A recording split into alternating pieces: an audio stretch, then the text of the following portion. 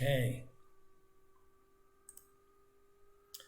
So the book that I hope to inspire you to read tonight or in the near future is To Kill a Mockingbird by Harper Lee. And truthfully, this book is so important that I've actually tried this video on 3 different cameras, 2 different audio recording devices, and several different scripts. And I've gone over it probably 15, maybe 16 times. So we're approaching the 20 attempt try. But this book really is important even today.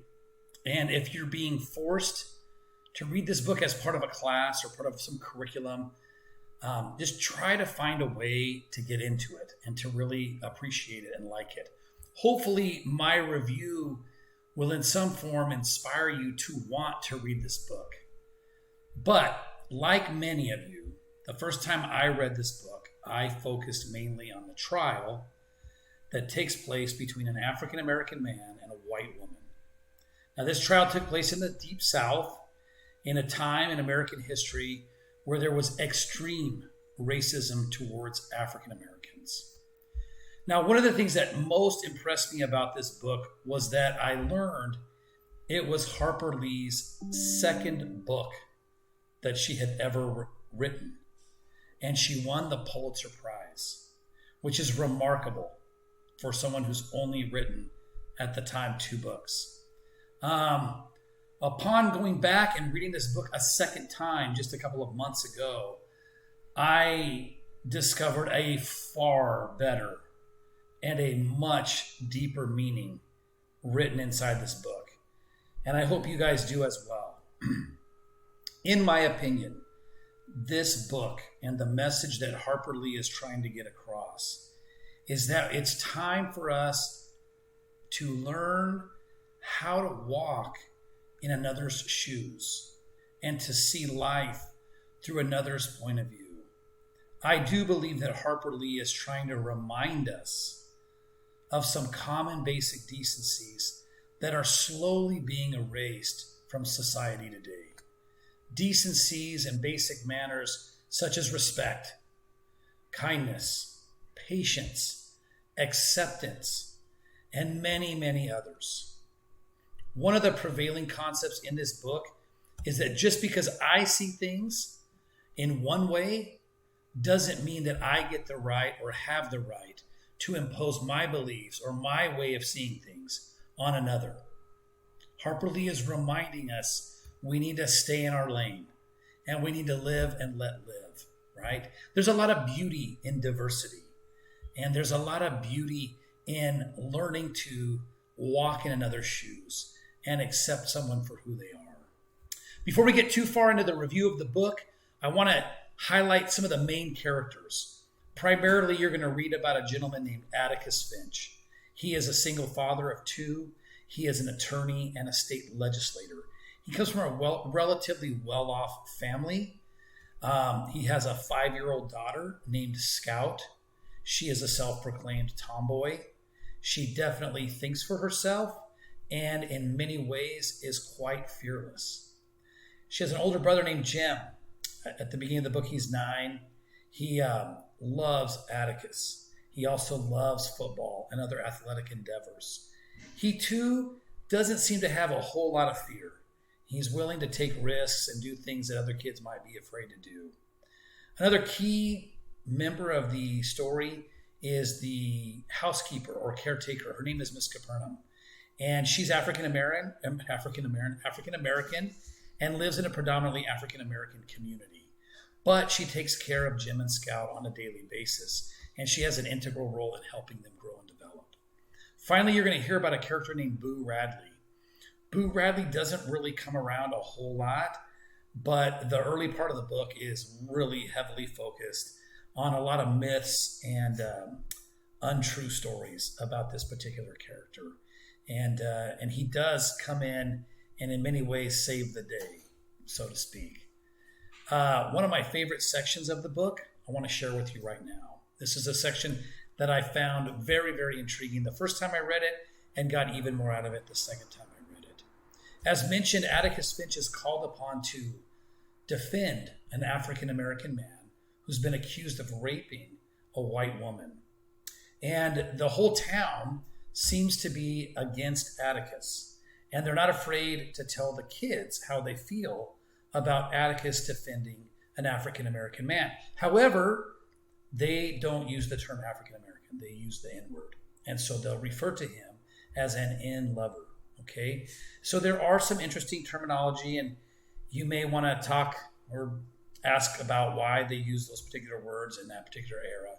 But essentially, in this scene, Jim, Atticus's 9-year-old son, is talking to Atticus about what people in town are saying about him defending this African American man. So Jim says to Atticus, "Atticus, you must be wrong." To which Atticus replies, "How's that?" Jim explains, "Well, most folks seem to think they're right and you're wrong." "They certainly are entitled to think that, and they're entitled to full respect for their opinions," said Atticus. "But before I can live with other folks, I've got to live with myself. The one thing that doesn't abide by majority rule is a person's conscience." That last phrase, Atticus's response, they are certainly entitled to think that, and they're entitled to full respect for their opinions. But before I can live with other folks, I've got to live with myself. The one thing that doesn't abide by majority rule is a person's conscience. Let that sink in, because that's so key to the entire book and the entire story, is that we have got to only live with ourselves and our conscience. And we've got to live by our principles, regardless of what the world says, or regardless of the religion or the political parties or whatever group you happen to be a part of. I find that this book is super helpful for both parents and children. Kids will better understand social norms, while parents get to see a great example of how to listen and how to teach your kids. Atticus's goal and focus is that as Jim and Scout mature, they'll be able to better understand how to treat and how to talk to others in a manner that builds them up, not makes them feel inadequate or less than. They'll grow to develop empathy towards those who are different. I absolutely love, time and time again, seeing how Atticus listens to his children. And I love how he communicates with them. He's not a do as I say, not as I do type of parent. He shows them the same respect that he wants them to show to others. He leads by example, and he doesn't listen with the intent of judging or criticizing or even manipulating his kids. Instead, he shows his kids love and support by helping them find appropriate solutions to their problems. Early in the book, the kids are focused on seeing a neighbor who never leaves his house. That neighbor is Boo Radley. There are a number of wild and crazy rumors about Boo and why he doesn't leave the house. The kids are afraid, yet strangely very fascinated by him, though they never really get to see him. Now, the trial is a pretty major part of the book. And at one point, Atticus tells his kids that he has to do this. If he doesn't, he cannot hold his head high as their parent who is raising them. He's not doing this for the glory, the fame, or the money. He's doing this because in his heart, he knows it's the right thing to do. I think at one point he actually says he doesn't even think he can win, but he has to defend this guy nonetheless. Atticus is fantastic. He's a hero of mine. People come at him on all sides to criticize him for the manner in which he raises his kids, letting them be who they want to be. All he does is support them and love them and teach them. He gives them plenty of latitude so that they can grow and learn how to live their own lives. He does give them directions. He shows them what's right and wrong, and when it's appropriate, he gives them appropriate consequences. Not necessarily punishments, more consequences. He doesn't lie to them.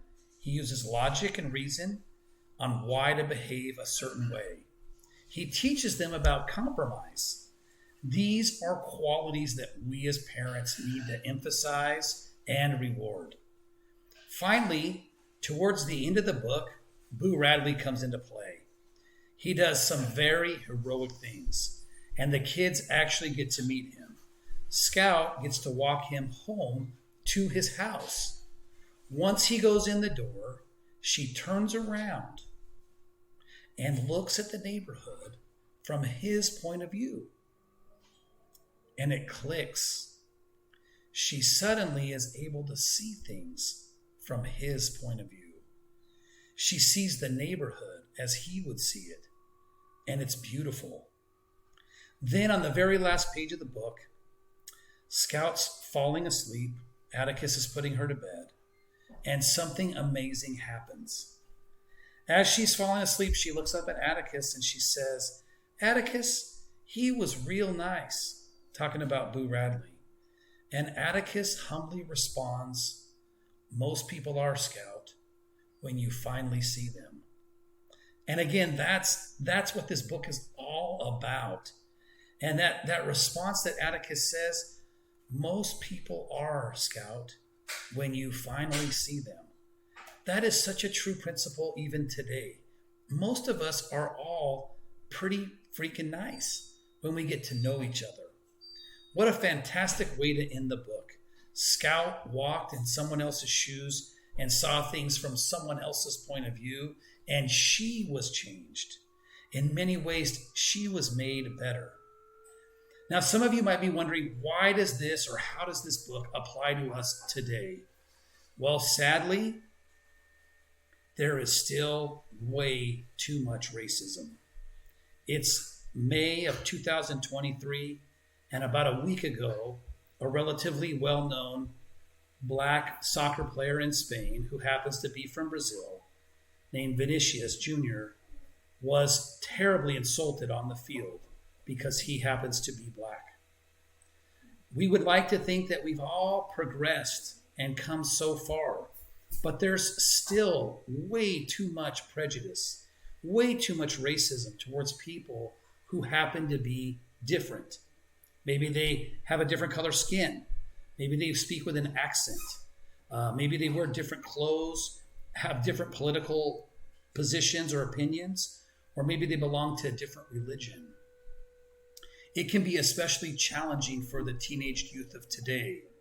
I don't want to paint with a broad brush, but the issues surrounding the LGBTQ community can be quite complex. This is not a one-size-fits-all scenario.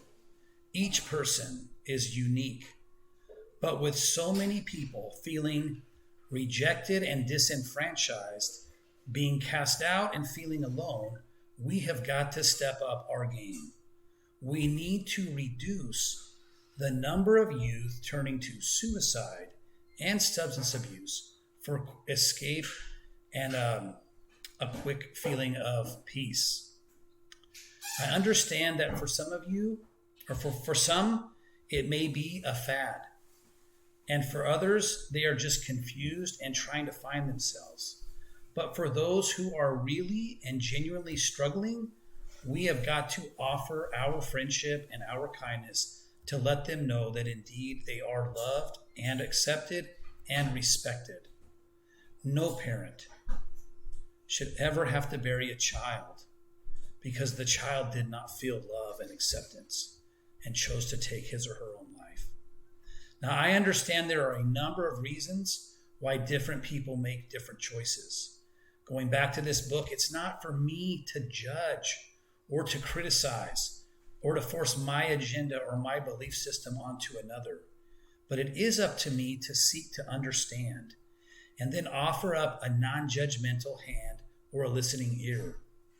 I have to remember that I have to live with myself before I live with others.